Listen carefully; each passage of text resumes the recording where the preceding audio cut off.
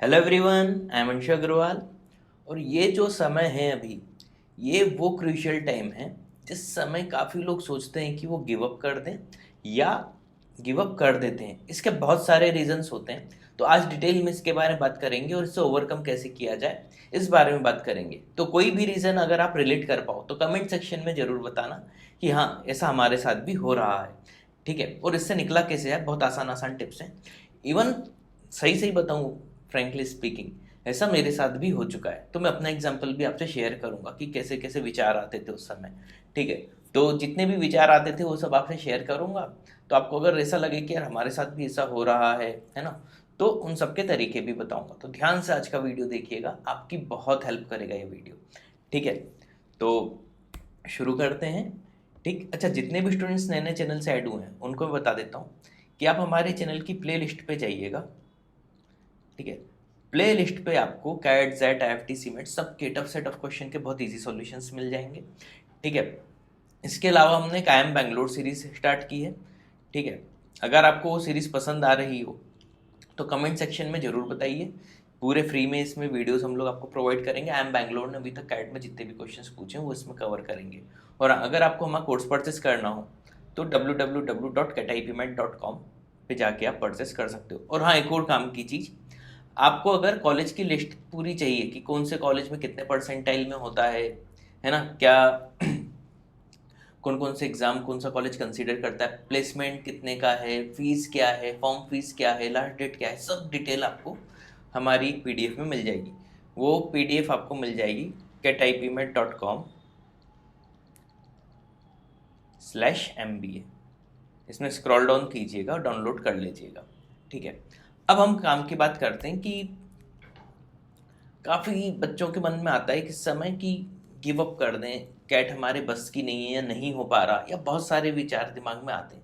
ऐसा होता क्यों है? उसका सबसे मेन रीज़न पता है क्या है? दो मेन रीज़न है।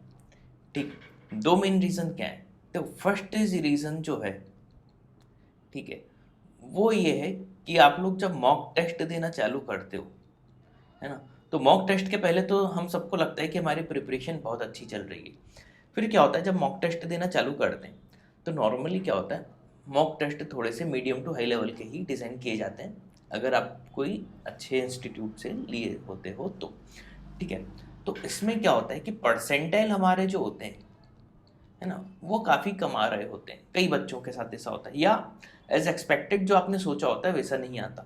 तो कई बच्चों को ऐसा फील आता है कि यार हमारे से कैट नहीं हो पाएगा, हमारे तो परसेंटाइल इतने आ ही नहीं रहे हैं, तो कैट में क्या आएंगे, इधर इतने कम आ रहे हैं तो कैट में तो बिल्कुल नहीं आएंगे। तो ये सब विचार मन में आने लगते हैं।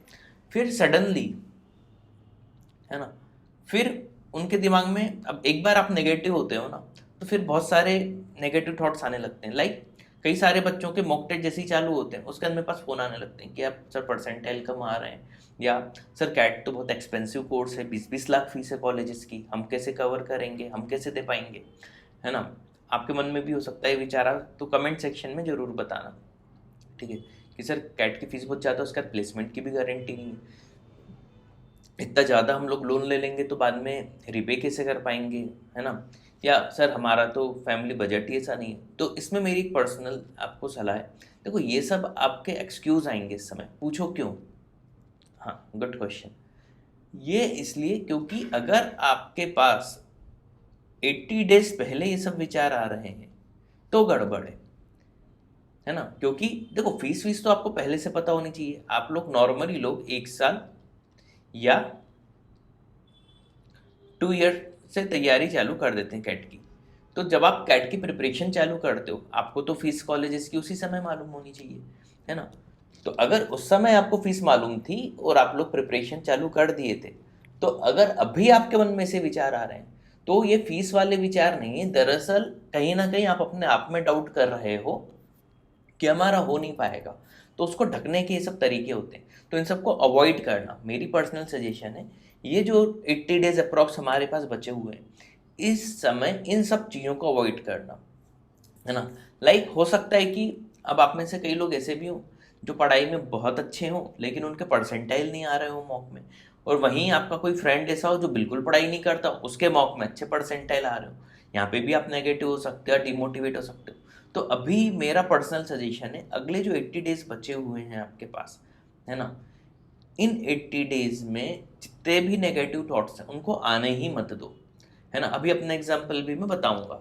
सेकंड है, जब हमारी पढ़ाई में काफ़ी दिनों का गैप हो जाता है, या आप में से हो सकता है कुछ बच्चे ऐसे हों जिन्होंने अभी अभी कैट की तैयारी चालू की हो, तो उनको भी लग सकता है यार अभी 2-3 महीने बचे, अब मैं क्या ही तैयारी करूँगा, है ना, या क्या तैयारी करूँगी, है ना। तो इस कारण भी हो, है ना, वो चाहते हुए भी फिर गिव अप कर देते हैं, फिर फॉर्म भर देते हैं, पेपर ऐसे ही दे आते हैं, ठीक है। फिर हाँ, अब मेन चीज़ आते हैं। फिर क्या होता है जी कि जब आप कैट दे लेते हो तो आपको लगता है यार ये पेपर तो ईजी था, इसमें तो मैं अच्छा खासा स्कोर कर सकता था, या मैं अच्छा खासा स्कोर कर सकती थी, है ना। फिर आप ड्रॉप ले लेते हो, ठीक, अगले साल कैट की तैयारी में लग जाते हो। इससे अच्छा ड्रॉप ना लेके अभी भी आपके पास जो 80, 85, 90 डेज बचे हैं, इसमें अपनी जी तोड़ मेहनत कर डालो। आप अपनी तरफ से 100% दो टू गेट 100% है, ठीक है। अब मैं अपना ही एग्जाम्पल देता हूँ। क्या हुआ था जब मैंने कैट की प्रिपरेशन चालू की थी, जब मैं भी कॉलेज टाइम पे ही बता रहा हूँ, तो मेरे कुछ फ्रेंड्स थे, वो लोग 1.5, 2, 3 साल से प्रिपरेशन कर रहे थे, है ना। मेरे कई दोस्तों ने तो वो एक आउटपुट चलता था उस समय, स्टेटस भी लिखा हुआ था उसमें, ईट MBA स्लीप MBA, इस टाइप के, मतलब बड़े बड़े। अपन उनको देख के डर जाते थे कि यार खतरनाक तैयारी कर रहे हैं, दिन में पढ़ते ही रहते थे, और हम तो थोड़े मस्ती में थे तो ज़्यादा पढ़ाई करते नहीं थे। अब क्या हुआ, जब आंखें खुली एक बार, ऐसे ही आत्मज्ञान हुआ कि कैट करना चाहिए। और ये आत्मज्ञान कब हुआ था? कैट के 2-3 महीने पहले, आई थिंक अगस्त ख़त्म होने वाला था, है ना, 20 अगस्त के बाद की बात होगी, है ना। तो अब मैंने क्या किया, अच्छा, मेरी पढ़ने की आदत शुरू से ऐसी रही है कि मेरे को मटेरियल बहुत सारा चाहिए होता है ना। और फिर उसमें से मैं देखता हूँ कि मुझे सबसे अच्छा समझ में किससे आ रहा है, कौन सा टॉपिक। तो जब भी मैं बचपन से आदत है, जब भी पढ़ाई करता हूँ तो मेरे पास यानी एक भी टॉपिक पढ़ रहा हूँ तो 4 to 5 बुक्स रहेंगी उसकी, ठीक। तो इसी कैट का भी मेरे पास हर अच्छे अच्छे इंस्टीट्यूट का मटेरियल था, कुछ दोस्तों से ले आया था, कुछ मैंने परचेस किया हुआ था। तो अब मैं जब मटेरियल देख रहा था, तो अब देखना, आप यहाँ पे रिलेट करना, ठीक है। तो जब मैं मटेरियल देख रहा था तो, सॉरी, मुझे कुछ बन ही नहीं रहा था, क्योंकि ऐसी कोई तैयारी तो की नहीं थी, है ना। और उस समय वो फाइनल ईयर भी था इंजीनियरिंग का, तो वो प्लेसमेंट का भी एक सर दर्द था ही। तो ऐसा लग रहा था कि कैट हो ही नहीं पाएगा, क्योंकि बिल्कुल डिप्रेशन में आ रहा था मैं, ठीक है। तो यहाँ पे अब मैं, यानी आप समझो, आपकी भी हो सकता है भी ये हालत होती है, इसलिए मैं रिलेट कर पा रहा हूँ। मतलब रोना आ जाता था, इस कदर मतलब डिप्रेशन आ गया था कि अगर मेरे पास, और क्या करूँगा, गेट वेट तो मैंने इंजीनियरिंग में इतनी कोई खास पढ़ाई नहीं की थी कि मैं गेट दे के गेट में अच्छा स्कोर कर पाऊँ। मुझे पता था कि गेट में नहीं हो सकता, कैट ही अपने लायक एग्ज़ाम है, क्योंकि मैथ्स बचपन से थोड़ी ठीक ठाक थी। तो लेकिन कैट की प्रिपरेशन भी की, तो समझ में आया यार ये तो हो नहीं पाएगा। फिर मैंने क्या किया, समझना, ये मटेरियल वटेरियल तो रखा सब साइड में, क्योंकि उससे करता तो बंड बच गई होती मेरी। इतना सारा मटेरियल 2-3 महीने में कैसे होता, है ना। इंस्टीट्यूट कोई मैंने ज्वाइन किया नहीं था, है ना, बस मटेरियल सबका था मेरे पास।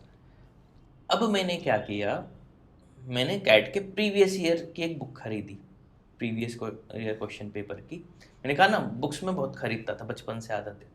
कभी आप लोग बोलोगे तो अपनी एक लाइब्रेरी दिखाऊंगा, उसमें बुक्स दिखाऊंगा कितनी सारी हैं, ठीक।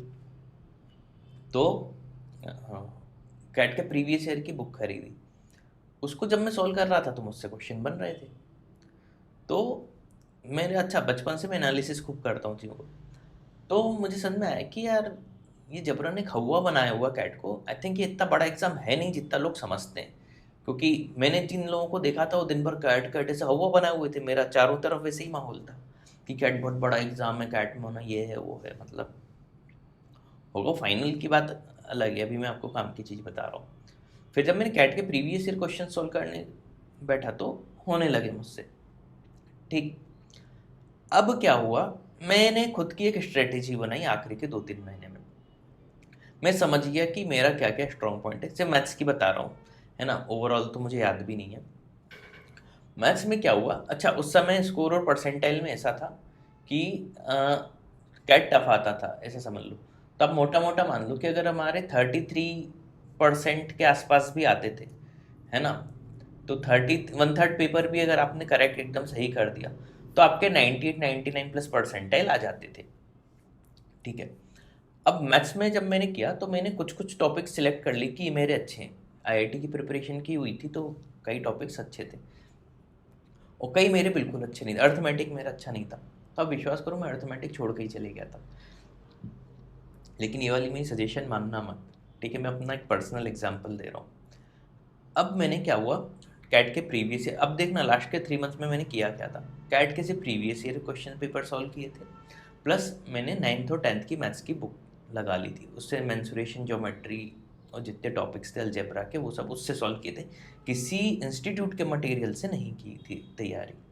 ठीक है, अब कैट जब आया उस समय 30 क्वेश्चंस आते थे तीनों सेक्शन में, 30 क्वांट में, 30 उसमें LRDI में और 30 वर्बल में। क्वांट का ही मुझे याद है, मैं सिर्फ उसी का बता रहा हूँ। क्वांट में मुझे अच्छे से याद है, आउट ऑफ 30 सिर्फ 11 क्वेश्चंस किए थे। समझना इस चीज़ को, आउट ऑफ 30 सिर्फ 11 क्वेश्चंस किए थे और 11 के 11 पूरे सही थे, है ना, 100% एक्यूरेसी, 11 के 11 पूरे सही थे। और क्वांट में मेरे परसेंटाइल आए थे 98.5 समथिंग आए थे। ठीक है, और ये सिर्फ 2-2.5 महीने की प्रिपरेशन में था। ठीक है, और LRDI में भी ऐसे याद नहीं, LRDI में भी मुझे इतना पता था, जितनी मेरी मैथ्स थी मेरे को लग रहा था कि बस इजी सेट करके आ जाओ काम हो जाएगा, तो वहाँ पे भी कैट में मैंने यही किया था। तो LRDI में 95 प्लस परसेंटाइल आ गया था। ठीक है, ये लास्ट के 2-2.5 महीने की उसमें मेरे इतने परसेंटाइल इन 2 सेक्शन में आ गए थे। और वहीं जो मेरे वो कुछ फ्रेंड्स थे जो 2-2 3-3 साल से लगे हुए थे, उनके आई थिंक 80 प्लस परसेंटाइल भी ओवरऑल नहीं आए थे। तो फिर मुझे समझ में आया कि अगर चीज़ों को हवा नहीं बनाया जाए, ये चीज़ आप समझो, चीज़ों को अपने ऊपर हावी नहीं होने देना चाहिए। सबको ऐसा देखना चाहिए कि हाँ आसान है, हो जाओगे भाई, तुम कोई बड़े नहीं हो, है ना, हमारी सोच से बड़ा कुछ नहीं है। ये बात हमेशा ध्यान रखना, आपकी सोच से बड़ा कुछ नहीं है। आपने अपनी सोच से बड़ा अगर किसी को बना लिया तो वही चीज़ आपको फिर परेशान करेगी। तो अगर आपने कैट को ऐसा बड़ा एक एग्ज़ाम बना लिया कि यार ये हमसे निकल ही नहीं पाएगा, तो 100% नहीं निकल पाएगा। लेकिन अगर आपने सोच लिया कि कैट कोई बहुत बड़ा एग्जाम नहीं है, बस स्मार्टली हमें क्वेश्चंस पिक करना आना चाहिए। अब जैसे देखो आउट ऑफ 30 मैंने 11 क्वेश्चन नहीं किए थे ना, टफ आता था उस समय, जो आता है सिर्फ उतना करके आ जाओ, परसेंटाइल अपने आप आ जाएगा। तो बस ये चीज़ आपको समझनी है। तो एक चीज़, मेन कंक्लूजन की बात करूँ तो एक चीज़ ध्यान रखना, और लाइफ में हर तरीके से इस चीज़ को अपना ही लो अपनी लाइफ में, किसी भी चीज़ को अपने से बड़ा या अपने ऊपर हावी मत होने दो, क्योंकि जैसे ही आप उसको अपने ऊपर हावी होने दोगे वो हो जाएगी। तो कैट को भी कोई बड़ा एग्ज़ाम मत समझो, एक नॉर्मली आपने जो बचपन से एग्ज़ाम देते आ रहे हो उसी सीक्वेंस में कैट भी एक एग्ज़ाम है, ऐसा समझो। जैसे हम बाकी AI1 आप अभी मॉक टेस्ट दे रहे होगे, तो ये भी एक मॉक टेस्ट जैसे ही है। ठीक, बस सेंटर पे जाके देना है। पॉइंट समझ में आया? तो कैट को हावी मत होने दो। हाँ, अभी ये जो आपके पास 80 डेज अप्रॉक्स बचे हैं, इसमें एक ही काम करना, एक बनाओ आप लोग स्ट्रेटेजी। और स्ट्रेटेजी क्या होनी चाहिए, जैसा कि मैंने लास्ट वीडियो में भी बताया था, पढ़ाई में आपको क्या क्या करना है, वो मेन चीज़ है मॉक कैसे अटेम्प्ट करना है।